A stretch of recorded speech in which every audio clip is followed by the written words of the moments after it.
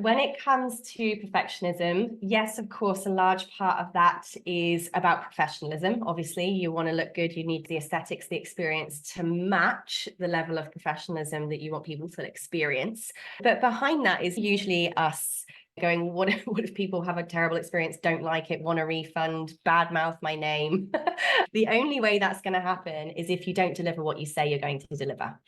It doesn't need to look beautiful for it to give people the information that they are there for. I'm a perfect example in that been in this for 15 years. I only got my branding done 2 weeks ago. It has looked like a hideous mess for a very long time, but it's helped hundreds of thousands of people and made millions of dollars. As soon as we start thinking about what are they going to think of me? What are they going to think of my staff? Do I look good enough? We're actually not thinking about our students. I do this to myself a lot because I overthink about everything, like most people do.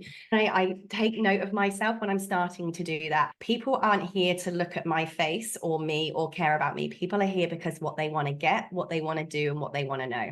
That's really all that matters. And as soon as I'm thinking about me, I'm not thinking about them.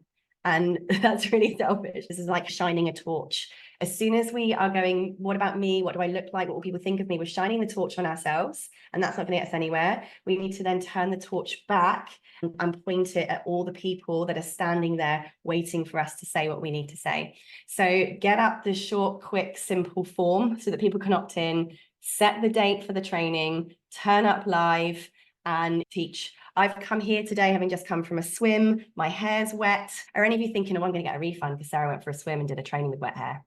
You're here for the questions to be answered, right? That's really all we're doing here is we're here to help people. When I have to take people back to the most dramatic examples of this, I always say something like, if you, God forbid, got hit by a car and the ambulance turned up and the paramedic wasn't wearing her lipstick, would you just go, oh, excuse me, love, would you mind just going and tarting yourself up before we finish with the life support? You want her to do her job, save your damn life, right? And this is going to be exactly the same as what we do in, thankfully, a far less dramatic scenario. People are coming to us for the life support that we provide.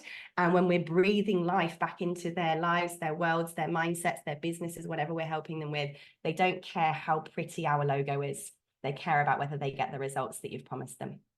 You got this. Go rough, go raw, just do it. Action, take action.